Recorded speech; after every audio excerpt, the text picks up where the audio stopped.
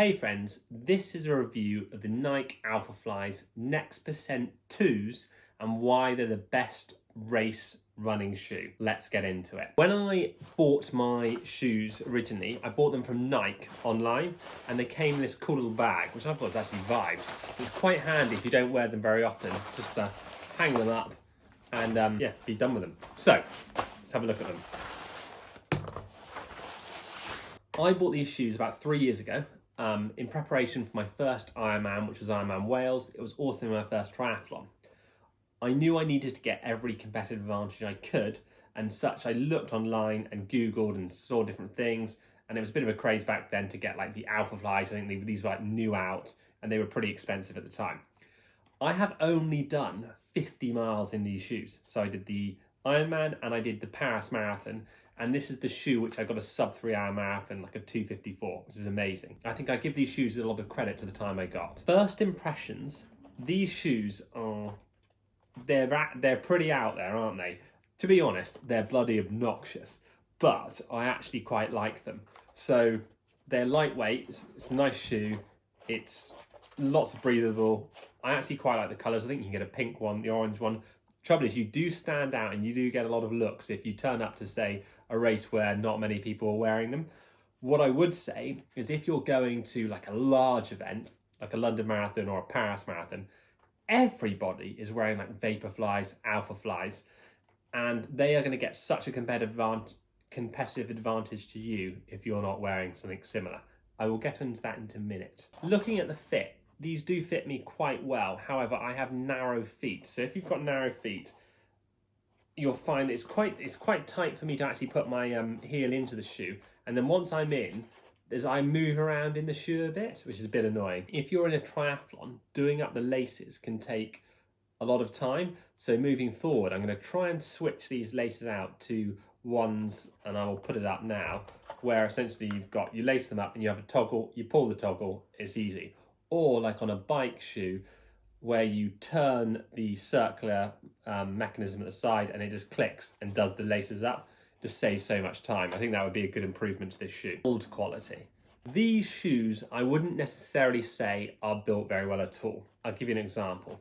The other day I thought I'll get these shoes out and have a look at them. I haven't looked at them for a while because they've been in the bag, hung up in like an airing cupboard so they're dry and what have you.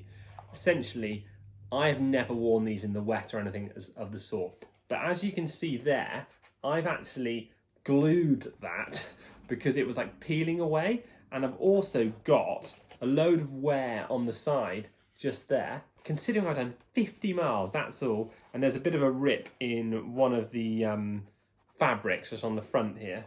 I wouldn't say it's the best quality. So if you're wanting a shoe that's going to last, probably don't buy them. If you're wanting a shoe that's going to give you a competitive advantage and you're just going to use it for racing, buy them. And it's really important to you how well you do, 100%. This is the shoe for you. What I would say is I replaced my old Vaporflies with these shoes. This was my Vaporfly. As you can see, there's not a tremendous amount of difference. It doesn't have as much breathability. It does have breathability, but not quite in the same as the AlphaFly. What I would say is I have done about 100 miles in my Vaporfly. Actually, lying. I did about 100 miles before I replaced them. The reason I replaced them was because the cushion here essentially got worn out and I wasn't getting the kick, the benefit from it. So when I first had these new, when I put them on, it was incredible. You ran down the street and you could feel it kicking you along. And I got some really good times. After about 50 miles, you started to notice the decrease in effectiveness of the shoe. So it's still good, far better than a normal running shoe, but it doesn't give you the benefit that it did when it was new. And when I was doing my other events, I really wanted to have the best shoe I could because it's sort of once in a lifetime opportunity to be doing an Ironman triathlon, and I wanted to try my best. Very good shoe still, and I occasionally wear it for interval training if I want to try and make it realistic. So I keep it about, but it's a good shoe, and I'm sure you can get this quite cheap now because at the time when I bought it in like 2020, it was really expensive, but now I'd like to think you can get these fairly reasonable. I don't actually know. You'll be surprised. I would have thought the new shoe would be lighter than the old shoe. So this is a Vaporfly. This is an ALPHAFLY Next Percent 2. This is about 227 grams, and this is about 196. To be honest, if I do that, I can't feel the difference. It's only if I look at the statistics. How much difference that makes, I don't know. Clearly this one is a much faster shoe. Even when you're wearing it, it's considerable difference. So just go to show, I would have thought weight was everything, but it's not at all. Looking at the tread on these shoes, as you can see, you've actually got quite good tread. Compare this to the Vaporfly. Bearing in mind this shoe has been worn at least 100 miles, that's about 50. So they've done 150, 50. You can see you do get considerably more grip on the Vaporfly, on the Alphafly, than you do the Vaporfly. I actually much prefer the design of this shoe over this shoe. I would say is this has a carbon plate in the bottom, which is really why it gives you such a kick. And I can't really, well, I can bend it a bit, but it is quite hard, which is good, and it's stiff, it's what I want. I find them actually pretty easy to run in. I would say the one thing I do notice is when running in these, I've often found that I've got a blister. Normally on the back here, because this is quite like fabric, and on my little toe, just here, and I'm someone who never really ever gets blisters on anything. I wear just normal running socks, seem to work fine for me, but if I wear running socks and wear these, I guarantee you I'll get a blister on my little toe and on the back of my ankle here. So what I do is I put a blister raster on first, and that seems to square it away. Don't seem to get any problems. Some people say that these are really unsupportive and you sort of wiggle about. I do agree with that to a point, because if I compare this to a normal running shoe where you get nice support, this has basically no support at all. However, it is a lot better than the Vaporfly. You do get a lot more support around here now. It's quite tight. It is wobbly, so that's not ideal for me because I like a really strong shoe like a Hoka or my New Balance or Under Armour shoes. Cost. How much did these cost? So I paid 2 years ago, I think I paid £260 for these, which to be honest is absolutely loads, and I would never normally spend that much on a running shoe. My rationale was I knew they were good. I was doing these events. I wanted to get a sub 3. I wanted the best competitive advantage I could, knowing that everyone else on the day would most likely have a very expensive shoe. So I just wanted to be up there to make it more of an even playing field.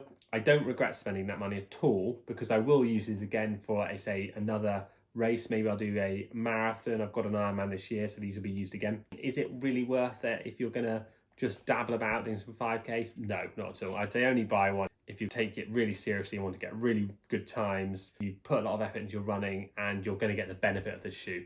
I think this is controversial, that if I were to wear these, I get between a 10 and 20 minute increase in my time than I would do without them. Say for a half marathon, I think I can get up to 20 minutes faster by wearing these. I know some people think that's crazy, but I'm serious. I generally think I can. For a marathon, I don't know, but it's so noticeable, the difference. It's just unbelievable. I've decided I'm going to do a bit of a test between these two shoes and a normal training shoe. So what I'm going to do is potentially next weekend, I'm going to do a 5K park run near me, and I'm going to start off by using my normal everyday general running shoe. The week after, I'm going to take these along and run in these old Vaporflies.